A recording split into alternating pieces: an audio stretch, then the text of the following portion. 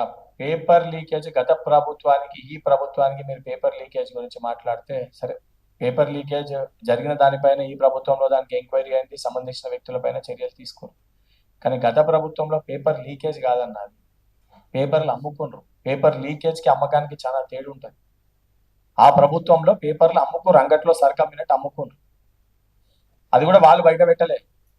ఆ పేపర్ అట్లా తిరిగి పల్లి బఠానీ అమ్ముకునేట ఆయన దగ్గర ఆ పేపర్ కట్టిస్తే ఈ పేపర్ ఏందని బయటకు వస్తే ఎవడో మీ సొంటోడు తీసుకుపోయి దాన్ని ఇదేదో పేపర్ అని ఎవడో బయట ఉంది అని ఒక స్టేషన్లు ఇస్తే అది ఉత్తుత్త పేపర్ అనుకుని ఆ స్టేషన్లో ఆ రోజు ఉన్న టీజీపీఎస్సీకి ఫోన్ చేస్తే తర్వాత అది నిజం పేపర్ అని బయటపడ్డానికి అలర్ట్ అయ్యి జరిగిన వ్యవహారం అంతా మీకు తెలుసు. దానిపైన లీక్ అయిన దానిపైన ఎంక్వైరీ చేసిర్రు, చేసిన వ్యక్తుల్ని శిక్షిస్తారు. దానికి స్వయంగా విద్యాశాఖ మంత్రిగా గౌరవ ముఖ్యమంత్రి గారే ఉన్నారు. 100% దానిపైన చేసి ఏ రకంగా చర్యలు తీసుకున్నాం కూడా దానిపైన కూడా స్పష్టత ఇవ్వడం జరుగుతుంది. అండ్ ఎందుకంటే దానిపైన వాస్తవానికి ఈ ప్రభుత్వం వచ్చినప్పటికెళ్ళి 10th కానీ ఇంటర్మీడియట్ ఎగ్జామినేషన్స్ కానీ ఇతర ఏ ఎగ్జామినేషన్స్ మీరు చూసుకున్నా ఎక్కడ కూడా లీకేజ్లు కాలేదు.